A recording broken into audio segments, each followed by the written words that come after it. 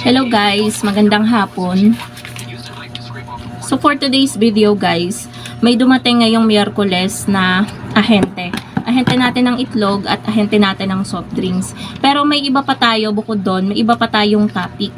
So i-share ko din sa inyo kung paano namin napalago yung sari-sari store. Kasi kung maumpisa nyo talaga yung pinaka-old na vlog ko, talagang sobrang konti lang ng paninda namin noon nung nandun pa sa tabing kalsada.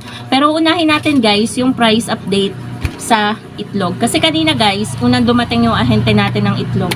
Alam nyo ba na ang isang tray na lang ng itlog dito, naging ano siya, 260, 255, ngayon 250 na lang ang isang tray. XL yung size nun.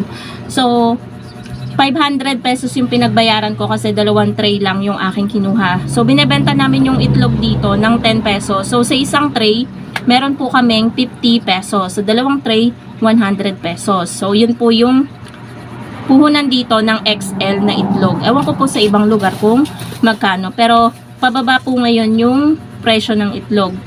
So, buti pa yung itlog pababa. Tsaka yung asukal. Tapos, guys, eto, dito tayo sa kumuha ko ng Debote na Coke, yung 8 ounce. So, ang puhunan is 181. Binebenta namin dito yung Debote ng 13 pesos. Tapos, mismo, kumuha ako ng tatlo dahil meron pa namang tira. Tatlong mismo, isang Royal, isang Coke, isang Sprite. Ang puhunan na isang dosena is 196. Binebenta namin siya ng 22. So, kung i-compute nyo, meron kaming 5 pesos lang sa isang mismo. So, kanina, nung nagbasa ako sa may nakita akong group na merong nagtanong kung magkano yung bentahan ng mga mismo. So, nag-comment ako doon ng 22. Pero pagbasa ko nung sa comment section, mas marami ang nagtitinda ng 25 pesos. So, kanya-kanya talaga tayo ng pagpa-pricing. Meron pa nga 20 eh. So, sa 20 pesos na bentahan ng mismo, sobrang baba nun guys. Nasa 3 something na lang yung tubo nyo. Nilalagay nyo pa yun sa rep. Kaya, nag-22 din ako. So, kapag 25 kasi, sobrang mahal naman. So, dun lang tayo sa saktong bentahan. Tapos guys, sa 1.5, dito okay lang na malaki yung patong mo. Kasi 720 yung kuha ko sa 12 peraso. So, bali, isang 1.5 ang puhunan ay 60 pesos. So, binebenta namin siya ng, ang ingay ni Basha, binebenta namin siya ng 75 pesos. Malamig na yun, guys. So, kanina, dahil naubusan kami kahapon pa ng 1.5, kanina, nung kakalagay ko lang sa rep, may bumili ng Coke 1.5. So, ayun, okay lang sa kanya na bibili na lang daw siya ng ice cube. So, ayun guys, a total of 1,489 yung pinagbayaran namin dito sa soft drinks. Maliit lang siya. Kasi hindi ako kumuha ng mineral kasi madami pang mineral. Tapos, dito na tayo guys. Bibigay ako sa inyo ng tips kung paano namin nakalago yung sari-sari store. Hindi naman siya as in lagong-lago. Kumbaga, nagkaroon lang ng improvement.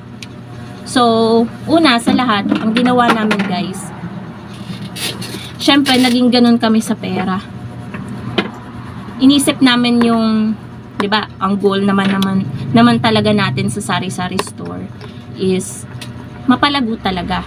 Kasi kung nag-start ka sa konti talagang puhunan, konti lang din yung mga items, mga paninda mo. Syempre, nangangarap ka na mapalago kahit papano. So, maghihigpit ka sa pera. So, kung ano yung nagiging benta mo sa araw-araw, ipunin mo lang yan. Kung kada 1 week or kada 3 days ka bago mamili, ipunin mo lang lahat ng benta.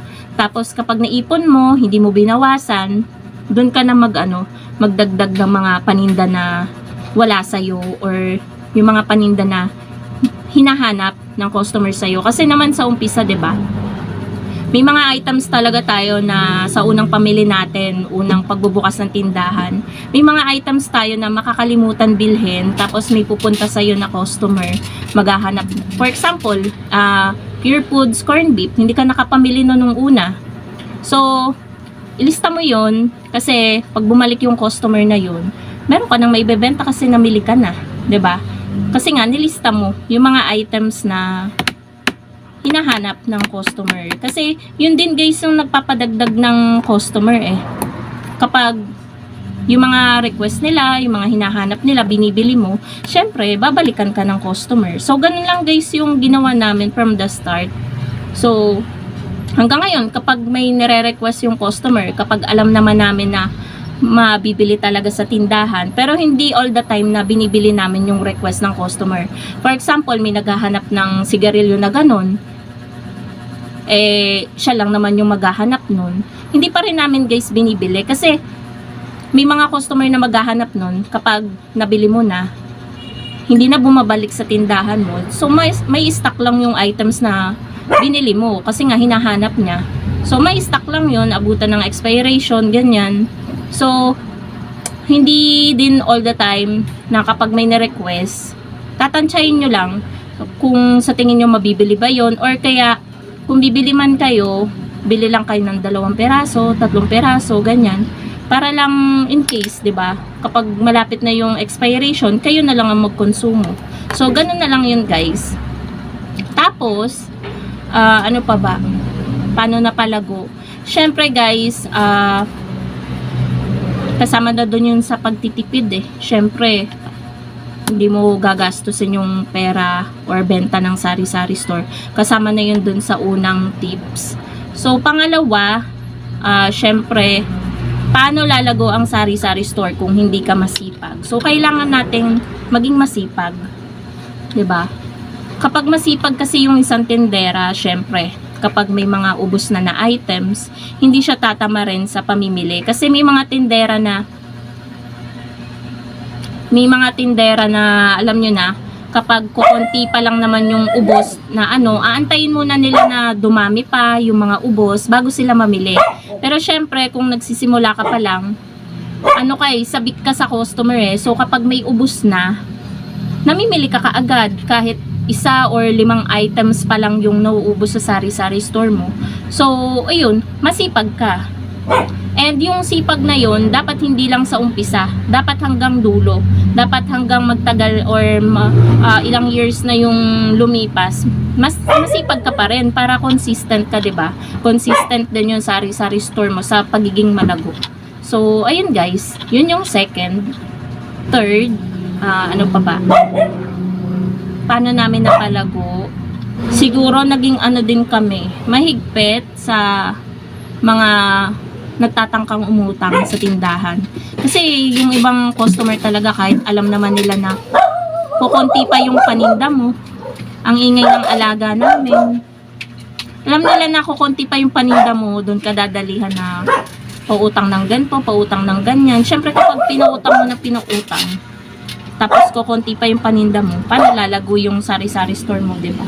So syempre kailangan din nating matuto kung paano natin i-handle yung mga gustong mangutang sa sari-sari store natin. Kasi alam nga natin, 'di ba, na kakasimula lang natin, ganyan, tapos wala naman tayong malaking puhunan. So, kailangan talaga na matuto tayong tumanggi sa mga gustong mangutang sa tindahan natin. Hindi naman po masamang tumanggi, pero alam naman natin, 'di ba, na hindi lahat ng customer ay marunong umintindi. So, pabayaan na lang po natin sila.